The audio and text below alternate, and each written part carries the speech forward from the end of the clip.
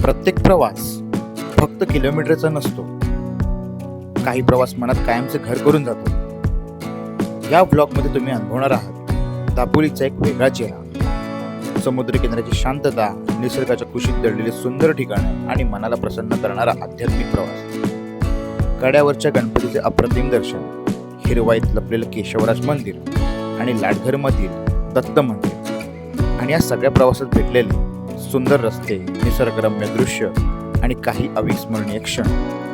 हा व्लॉग फक्त ठिकाण दाखवणार नाही, तर दापोलीचा खरा अनुभव तुम्हाला करून देणार आहे. तर चला माझ्यासोबत निघूया दापोलीच्या सुंदर सफरीवर.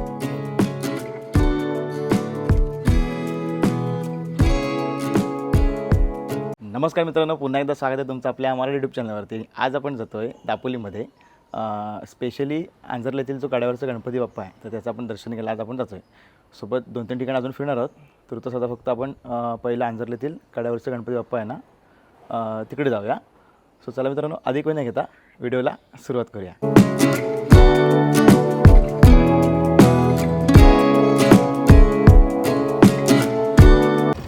पेट्रोलची लागले वाट आणि ह्या भरोशावर आलो तुम्ही की इथे पेट्रोल भेटेल दाभोळीला. आणि इथून आता दापोली आहे बरीच लांब, मग गॅरंटी नाही की गाडी जाईल अशी दापोली. आता आपण आहोत दापोलीच्या रोडला.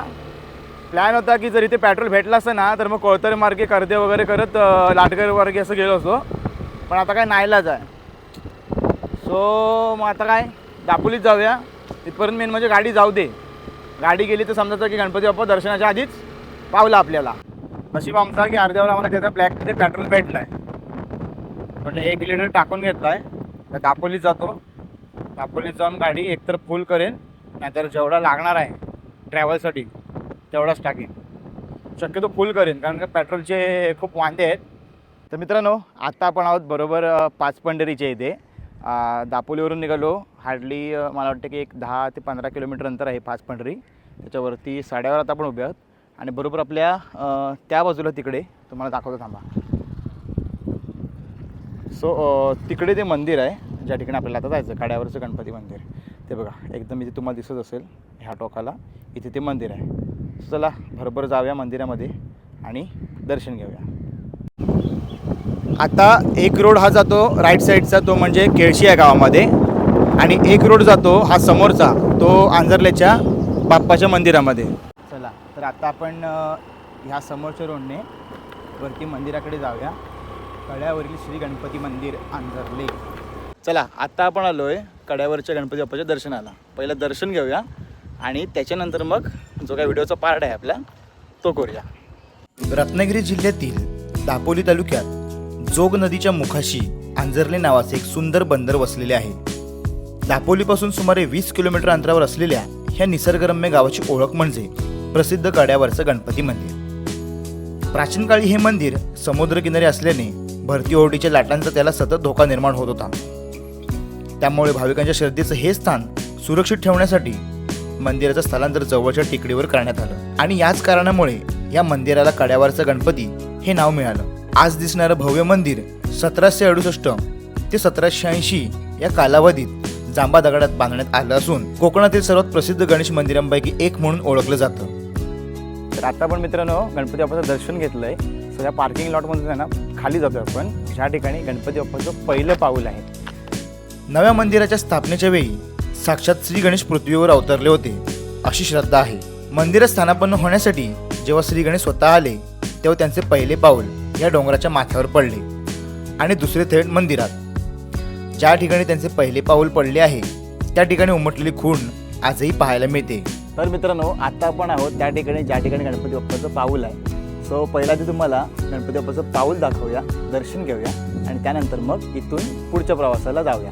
सो पुढे आपण कुठे जाणार आहोत ते तुम्हाला नंतर पुढे सांगूया. तर मित्रांनो, एकदम स्पष्ट दिसतं बघा बाप्पाचं पाऊल. सो पहिलं पाऊल इथे पडलं होतं, आणि दुसरं ज्या ठिकाणी आता बाप्पाची मूर्ती आहे मंदिरामध्ये, तिथे दुसरं पाऊल बाप्पाचं पडलं होतं. किती स्पष्ट दिसतं. तर मित्रांनो, आत्ता आपण दर्शन घेतलं, आणि महत्त्वाचा गोष्ट म्हणजे काय माहिती आहे काय, की जर आत्ता उन्हात तुम्ही जर तिथे जाताय खाली, तर तुमच्या पायाचे कोळसे होतील. बट जर तुमची प्रचंड इच्छाशक्ती जर असेल तरच तुम्ही तिथे जाऊन दर्शन घेऊ शकता. सो खूप सारे भक्त आले, पण त्यातले अर्धे जाऊन दर्शन घेतात. म्हणतात ना, गणपती बाप्पा त्यांनाच त्याच्या पायापर्यंत आणतो ज्यांच्या अंगामध्ये प्रचंड इच्छाशक्ती असते. सो आपण एकदा नाही 2-3 वेळा गेलो. नंतर आता काय 2-3 फुटेज घ्यायचे होते म्हणून पण गेलो. पण ह्यासाठी अशी प्रचंड इच्छाशक्ती लागते ह्या उन्हात सुद्धा पाय भाजून घ्यायची. आता आपण गणपती बाप्पाच्या मंदिरातून खाली येत होतो, तर इकडे एक राईट साईडला रोड होता जो की इथल्या दुर्गादेवीच्या मंदिरामध्ये येतो. तर खूप जागृत देवस्थान आहे असं मला आता समजलं. सो म्हटलं चला आलो तर दर्शन घेऊया. आणि मंदिर खूप पुरातन आहे, तर म्हटलं पुरातन आहे तर व्हिडिओमध्ये आपल्याला दाखवायला पाहिजे, कारण का अशी मंदिरं भविष्यामध्ये आपल्याला पाहायला मिळणार देखील नाहीत. आणि मला बेसिकली जुनी घरं जुनी मंदिरं ही आवडतातच. सो म्हटलं म्हणून आता इथे आलो आहे. आता मंदिरात जाऊन देवीचं दर्शन घेऊया आणि तिथून मग पुढे जाऊया.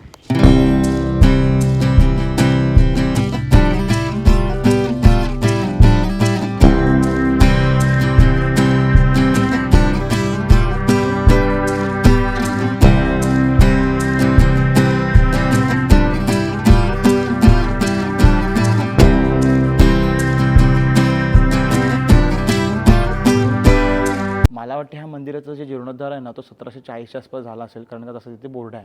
आणि बघायला गेलात ना तर खूप जुनं मंदिर आहे आणि लाकडामधलं आहे अजूनही. जर तुम्ही याची खांब बघाल ना, तर खांबावरचं नक्षीकाम आहे ना, जुन्या पद्धतीतलं एकदम लाकडावरचं नक्षीकाम आपल्याला पाहायला मिळतं. आणि दुसरी एक महत्त्वाची गोष्ट म्हणजे काय माहिती आहे मित्रांनो, सो वरती काही देवांचे फोटोज वगैरे आहेत, जे की आपल्याला आत्ता बघायला मिळत नाहीत, बट त्याच्यातून समजतं की काही ना काहीतरी आख्यायिका ह्या देवांच्या आहेत. तर हे खूप छान आहे, बघण्यासारखं आहे. बरेच आहेत फोटो. दर्शन तर घेऊन झालं आहे आणि आता लागले भूक. येताना आता वाटते तिथे एक हॉटेल बघितलं होतं, सो तिथे आपण जाऊया, काहीतरी खाऊया आणि तिथे मग डिसाईड करतो की पुढे कुठे जाणार आहे वगैरे. तो आत्ता मी असं डिसाईड केलं आहे की दापोलीच्या आसूद गावामध्ये आहे ना एक केशवराजाचं मंदिर आहे, तर तिथे आपण जाणार आहोत. जुना एकदम मंदिर आहे, सो म्हटलं ते पण दाखवूया व्हिडिओच्या माध्यमातून. त्याच्यानंतर मग कर्देगाव आणि त्याच्या पुढे आय थिंक लाडगर गाव आहे. तर लाडगर गावामध्ये देखील एक दत्त मंदिर असून आहे, सो ते एक करूया. सो असा काहीचा प्लॅन आहे. आता आपण आहोत मित्रांनो आसूद गावामध्ये आणि इथून आता आपण जाणार आहोत ते म्हणजे केशवराज मंदिरामध्ये. इथून थोडं पुढे गेल्यावरती ना लेफ्ट साईडला एक फाटा आहे, तिथून आपण खाली त्या मंदिराकडे जाऊ. चला, हा खाली लेफ्ट साईडला रोड जातो आणि समोरचा रोड जातो तो म्हणजे दापोलीमध्ये. आपल्याला कर्द्यामध्ये जायचं आहे, तर मग बहुतेक इथून परत रिटर्न फिरायला लागेल मागे.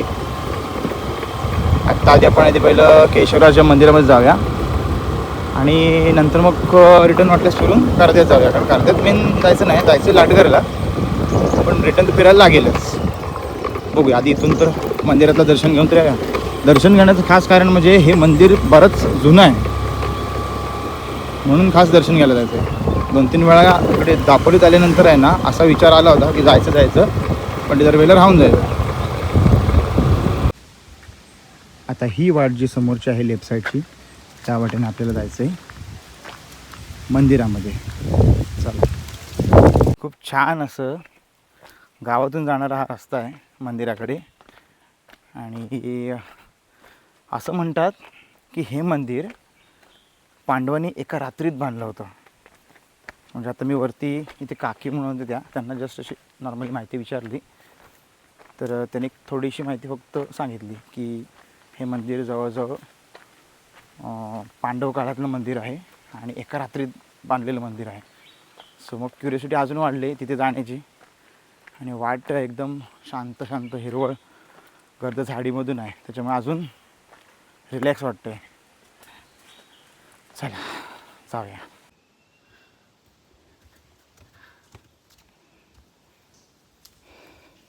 हे आहे श्रीदेव केशवराज देवस्थान.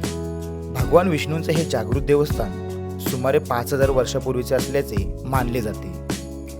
स्थानिकांच्या माहितीनुसार 5 पांडवांनी हे मंदिर अवघ्या एका रात्रीत बांधले होते. मंदिरातील श्री केशवराजांची मूर्ती काळ्या पाषाणाची असून 3.5 फूट उंच आहे. या मूर्तीमध्ये भगवान विष्णूची 4 आयुधे शंख, चक्र, पद्म आणि गदा स्पष्टपणे दिसतात. या मंदिराचे सर्वात मोठे वैशिष्ट्य म्हणजे मंदिरासमोरील गोमुख. येथून 12ही महिने अखंड पाण्याचा प्रवाह वाहत असतो.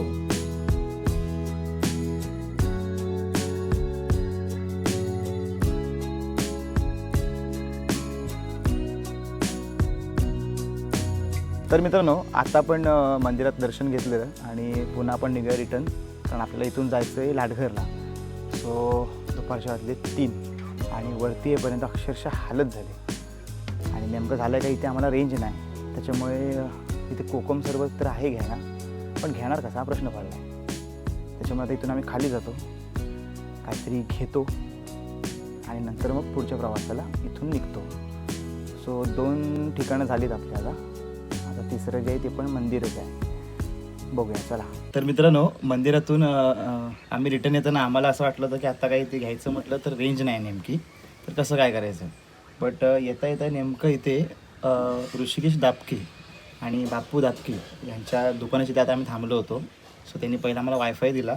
आणि काय होतं मोस्टली बऱ्याच ठिकाणी वायफाय वगैरे तर कोण देत नाही, बट ह्या ठिकाणी तशी सुविधा आहे की जर तुमच्याकडे जर नेट नसेल तर प्रॉपरली तुम्हाला इथे कनेक्शन वगैरे देतील, नेट वगैरे वायफाय देतील. तुम्हाला काय पाहिजे असेल तर नक्की, जर तुमच्याकडे रेंज नसेल तरी तुम्हाला ह्या ठिकाणी ते मिळेल. तर आता आम्ही कोकम सरबत घेतला आहे. कोकम सरबताच्या व्यतिरिक्त अजून 2-3 प्रोडक्ट्स आहेत, जसं की आय थिंक करवंदाचं पण सरबत आहे आणि अजून 2-3 आहेत. आणि कोकणी मेवा पण आहे, लोणची वगैरे आहेत. सो तुम्हाला जर काही घेऊन जायचं असेल ना तर नक्की या ठिकाणी थांबा. बाहेरून तुम्हाला दुकानाचं आउटलेट दाखवतो, घरगुती मस्तपैकी छानसं दुकानाचं आउटलेट आहे. तर तुम्ही ते थांबलात तर नक्कीच तुम्हाला काय ना काहीतरी इथून घेऊन जावा असं मी तुम्हाला एक विनंती करेन, कारण खूप छान सरबत देखील खूप छान आहे. आत्ता आपण आलो आहे लाटघरमध्ये आणि ते माझ्या मागच्या बाजूला एक दत्ताचं मंदिर आहे, खूप छान आहे. पहिलं म्हटलं आधी येऊन बसूया शांतपणे, कारण का समोरचा नजारा बघितल्यावर आहे ना बाकी काय करायची इच्छाच झाली नाही. म्हटलं पहिलं दर्शन घेतलं, आता दर्शन घेऊन आता इथे येऊन बसलो आहे आणि नंतर मग काय करतो, थोडेसे रीलसाठी आहेत ना फुटेजेस घेऊन ठेवतो, थोडा आधी आराम करतो. जर नजारा जो आहे ना समोरचा व्ह्यू जो आहे ना तो तुम्हाला दाखवतो. कदाचित आता तुम्हाला लाटांच्या आवाजावरून समज असेल की इथला नजारा किती भारी येतो.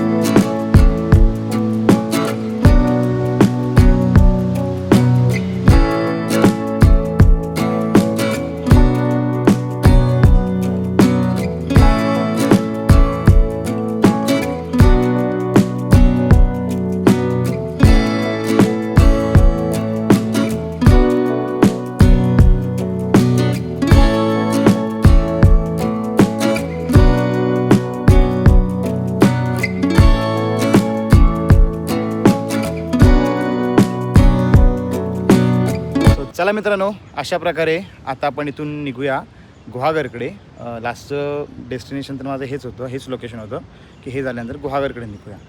तर मग आत्ता प्लॅन असा केलेला आहे की लाटघरला आता आपण आहोत, तर इथून मग म्हटलं की कोळथरी बीच आहे, कोळथरी बीचला थोडासा रिलॅक्स करूया, थोडासा सनसेट तिथे कॅच करूया आणि तिथून मग पुढे गुहागरला जाऊया. मग काय तिथे कोळथरी मार्गे मग पुढे दाभोळ करत गुहागरला आपण जाऊ. सो चला. तर आत्ता आपण ज्या बीचवरती उभा आहोत तर तो आहे कोळथरचा बीच. कोळथर खालचा भंडारवाडा म्हणून एक ठिकाण आहे जे इथे आता कोळथरमध्ये खालचा भंडारवाडा. सो तिथून आपण ह्या बीचवरती आलो आहे. खूप शांत आणि बऱ्यापैकी स्वच्छ बीच आहे.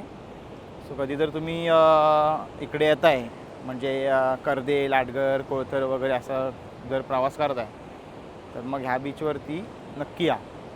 तर लागली होती भूक, संध्याकाळच्या वाजले 5:30.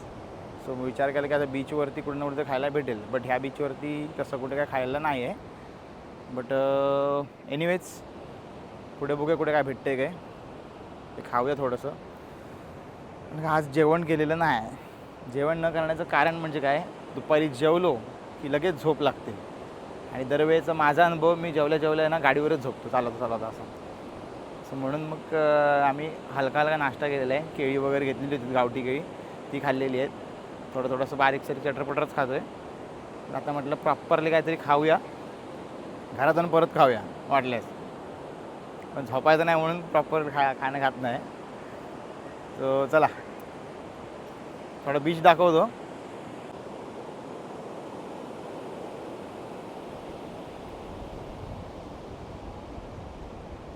अगदी तिकडपर्यंत आहे हा बीच, तिकडून जो सुरुवात होतो. सो अशा इकडे वाड्या वगैरे आहेत आणि आपण इथून आलो होतो. हे बघा, इथून आलो होतो आपण. कुठे गेला बोट, हा बघा, इथून आलो होतो आपण. सो असं काहीसा हा बीच आहे. तर मित्रांनो आता कोळथरी मार्गे इकडून आता आपण जातो आहे दाभोळला. तर विचार असा आहे की एनर्जी पूर्ण डाऊन झाली म्हणून एनर्जी ड्रिंक घेतलं आहे. 2 महिने जवळजवळ सगळं बंद केलं होतं, आता काही इलाज नाही ना. तर विचार आहे आता ऑलमोस्ट व्हिडिओ डन आहे. तर मग व्हिडिओचा आपण एंड करू. तुम्हाला हा व्हिडिओ कसा वाटला तर ते मला कमेंट करून सांगा. आणि जर व्हिडिओ आवडला असेल तर जास्तीत जास्त शेअर करा. आणि भेटू पुन्हा एकदा नवीन व्हिडिओमध्ये. तोपर्यंत बाय बाय.